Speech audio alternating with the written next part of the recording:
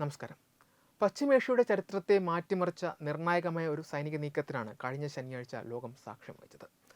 ഇറാന്റെ പരമോന്നത നേതാവ് അയത്തുള്ള അലി ഖമേനിയും അദ്ദേഹത്തിന്റെ ഉന്നത ഉപദേശകരും പങ്കെടുത്ത അതീവ രഹസ്യമായ യോഗത്തെക്കുറിച്ചുള്ള കൃത്യമായ വിവരം ലഭിച്ചതോടെയാണ് അമേരിക്കയുടെയും ഇസ്രയേലിൻ്റെയും സംയുക്ത സൈനിക നീക്കത്തിന് തുടക്കമായത്.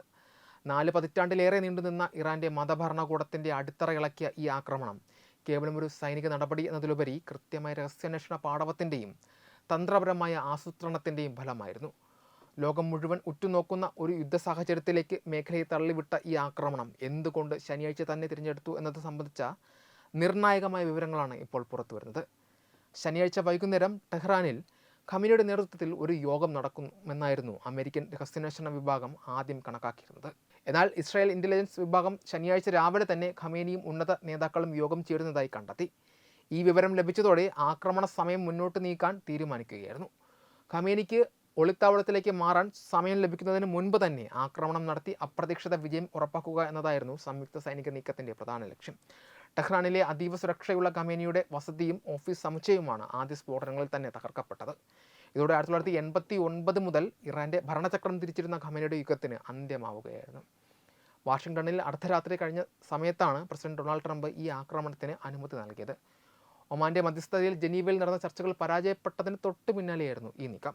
ഖമേനിക്കൊപ്പം ഇറാന്റെ മുൻ ദേശീയ സുരക്ഷാ council secretary Ali Shamkhani, IRGC commander Mohammad Pakpour തുടങ്ങിയ കരുത്തരായ നേതാക്കളും കൊല്ലപ്പെട്ടു. അതേസമയം ആക്രമണത്തെ അതിജീവിച്ച അലി ലാറിജാനി അന്താരാഷ്ട്ര അധിനിവേശക്കാർക്ക് ഇറാൻ മറക്കാനാവാത്ത പാഠം പഠിപ്പിക്കുമെന്ന് പ്രഖ്യാപിച്ചതോടെ മേഖലയിൽ കനത്ത യുദ്ധഭീതി പടർന്നു.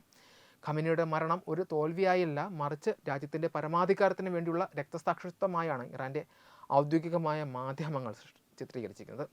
ഈ ആക്രമണത്തിന് പകരമായി ഇസ്രയേലിനും അമേരിക്കൻ സഖ്യകക്ഷികളായ ഖത്തർ, ബഹ്റൈൻ, UAE തുടങ്ങിയ രാജ്യങ്ങൾക്കും നേരെ ഇറാൻ ഇതിനോടകം തന്നെ മിസൈൽ, ഡ്രോൺ ആക്രമണങ്ങൾ ആരംഭിച്ചിട്ടുണ്ട്.